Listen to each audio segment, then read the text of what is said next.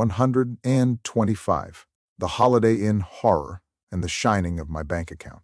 It wasn't long after your mom flashed her patented shit-eating grin, the one she wears when talking about her perfect little winter romance with Brent.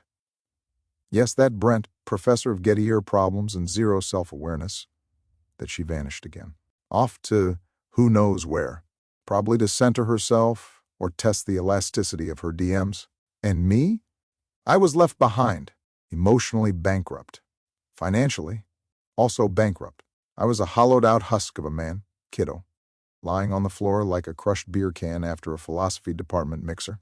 Because, once again, I'd been batted around like an injured bird by a human tabby cat who purrs, bites, and then invites a new tomcat over for wine and backgammon.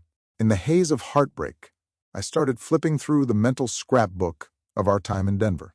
Not the good stuff. No, those memories are kept in a dusty box labeled delusional hope. I was thinking of the trips, the long weekends, the all-expenses-paid-by-me spiritual getaways, where Mom contributed nothing but high-maintenance mood swings and critiques of my hotel selections. Let me take you back to Estes Park, Memorial Day weekend, a moment so vivid, so dumbfounding, that it deserves a standalone documentary. We were supposed to have a relaxing getaway. I'd already been driving up to Denver every other weekend, hemorrhaging money like a wounded travel agent. So this trip? This was me pulling out all the stops. I had a credit at the Holiday Inn, a very reasonable hotel, clean, convenient, and not secretly haunted. I had originally booked it in Denver for Grandma, so she could stay nearby and rest comfortably while we came to visit you, kiddo. But Grandma, bless her unbothered soul, decided to crash on the daybed in your room instead.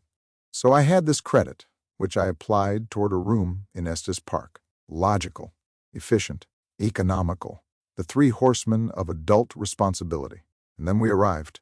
Ugh, Mom said, with the emotional gravitas of someone who just found out her organic tampons were synthetic.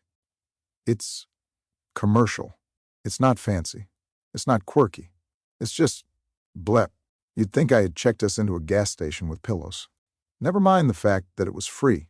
Never mind that it was a national holiday in a Colorado tourist trap, and all the good spots had been booked since 1997. She tells me, without a hint of irony, "You should have let me book the hotel." Oh yes, the woman who once blew through $600 on rose quartz and a psychic colon cleanse wants to handle logistics. But, okay, sure, fine. Then came the ultimatum masquerading as a faux democratic gesture. If you want to get another hotel, it's your decision. Just don't put it back on me. Let me decode that for you. Either spend $2,000 so I don't pout all weekend, or stay here and let me make you feel like a failure with every breath I take.